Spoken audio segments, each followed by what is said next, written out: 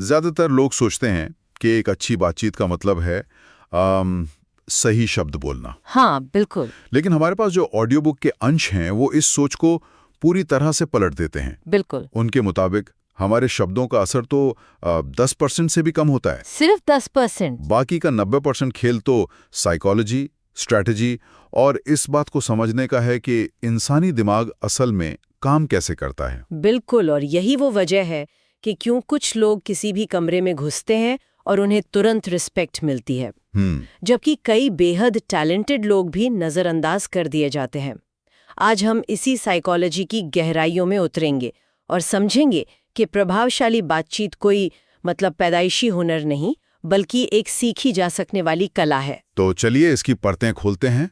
सबसे पहले उन आम गलतियों को समझते हैं जो हमारे असर को शुरू होने से पहले ही खत्म कर देती हैं, और फिर जानेंगे कि एक मजबूत पहली छाप कैसे बनाई जाए। तो सोर्स उन बड़ी गलतियों की बात करता है जो 95% लोग अनजाने में करते हैं। हाँ। पहली गलती है रिएक्टिव कम्युनिकेशन, यानी प्रतिक्रियाशील बातचीत। इसका क्या मतलब है?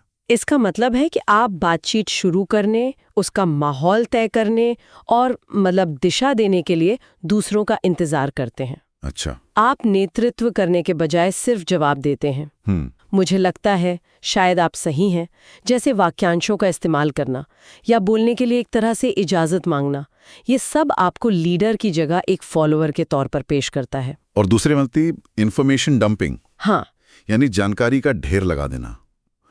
मुझे लगता था कि ज्यादा तथ्य देने से बात ज्यादा मजबूत होती है। ये एक बहुत ही आम गलतफहमी है।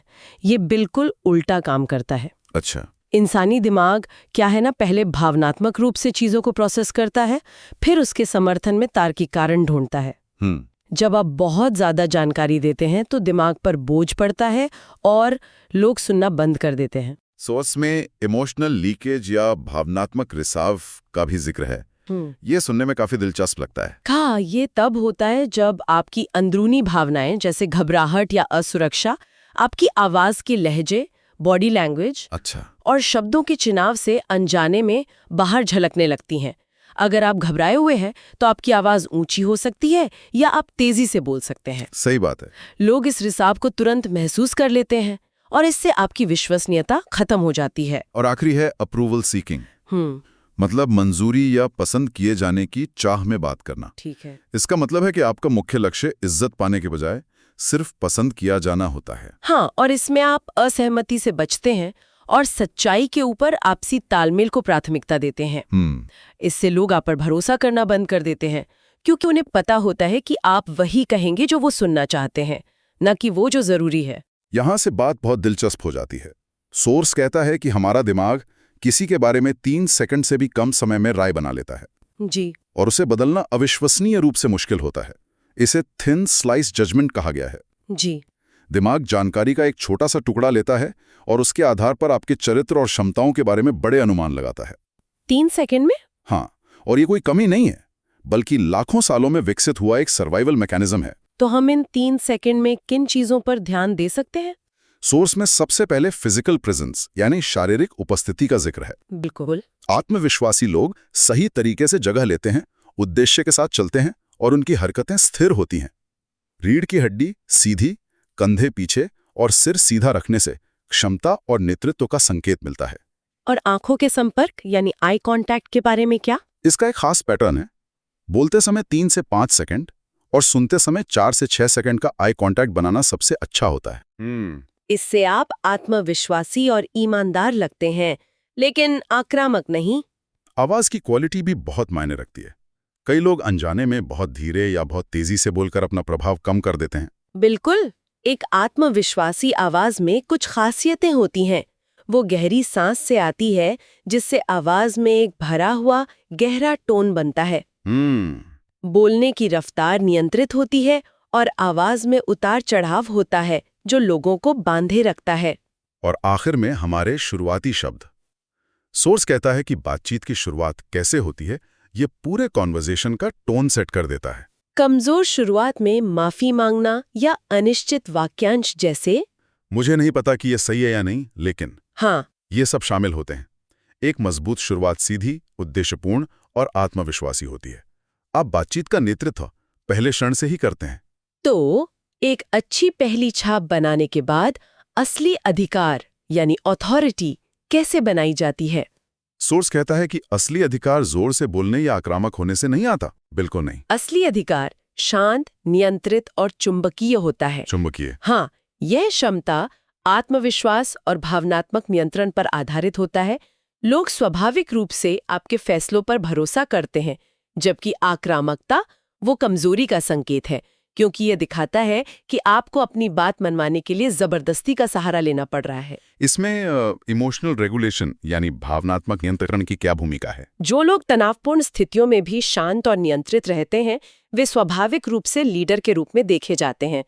इसका मतलब भावनाओं को दबाना नहीं, बल्कि उन पर प्रतिक्रिया करने से पहले उन्हें आंतरिक रूप से प्रोसेस करना है। सोर्स में दूसरों को अपनी बात मनवाने यानी पर्सुएजन और मैनिपुलेशन के बीच एक बहुत जरूरी फर्क बताया गया है। हाँ, मैनिपुलेशन में धोखा या जबरदस्ती होती है, जबकि पर्सुएशन लोगों को ऐसे फैसले लेने में मदद करना है जो वास्तव में उनके लिए अच्छे हों। अच्छा। इसका आधार यह समझना है कि लोग फैसले मुख्य रूप से भावनाओं के आधार पर लेते हैं। सही है। और फिर तर्क का उपयोग उन फैसलों को सही ठहराने के लिए करते हैं। तो किसी को अपनी बात मनवाने के लिए सिर्फ तर्क देना काफी नहीं है? बिल्कुल नहीं।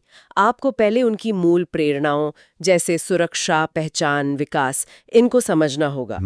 फिर अपनी बात को कहानियों के जरिए पेश करना होगा, क्योंकि तथ्य बताते हैं लेकिन कहानियां बेचती हैं। वाह। कहानियां भावनाओं को जोड़ती हैं और आपकी बात को यादगार बना देती हैं। चलिए अब एक ऐसी तकनीक की बात करते हैं जो शायद सुनने में थोड़ी अजीब लगे। हाँ। चुप्पी की ताकत। हाँ। ज्यादातर लोग बातचीत में चुप्पी से डरते हैं, और यही डर उनकी ताकत को खत्म कर देता है। रणनीतिक चुप्पी आत्मविश्वास, अधिकार और गहराई का संचार कर सकती है। यह सिर्फ बातचीत का अभाव नहीं है, बल्कि खुद एक तरह की बातचीत है। सोर्स में कई तरह की चुप्पी का जिक्र है, जैसे कॉन्फिडेंस पॉज। ये बोलने से ठीक पहले एक छोटा सा ठहराव है।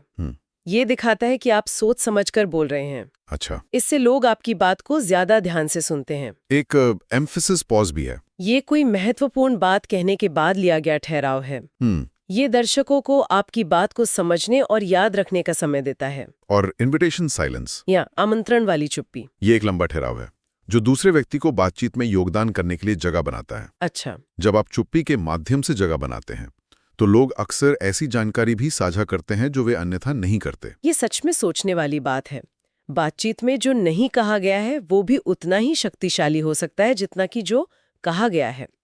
तो आज की इस चर्चा से ये साफ है कि प्रभावशाली बातचीत सिर्फ अच्छे शब्दों का खेल नहीं है। बिल्कुल नहीं। ये मनोविज्ञान को समझना, आम गलतियों से बचना, एक मजबूत पहली छाप बनाने और यहाँ तक कि चुप्पी जैसी शक्तिशाली तकनीक का सही इस्तेमाल करने की एक कला है। बिल्कुल।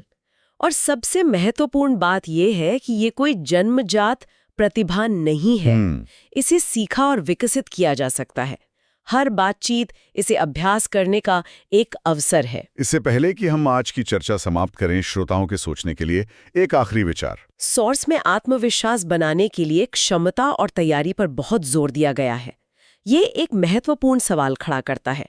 एक ऐसी दुनिया में जो अक्सर वास्तविक सार के बजाय आत्मविश्वास के दिखावे को ज्यादा महत्व देती है, कोई व्यक्ति वास्तविक क्षमता के निर्माण के धीमे, जानबूझकर किए गए काम और हर बातचीत में तुरंत आत्मविश्वास दिखाने के दबाव के बीच संतुलन कैसे बना सकता है?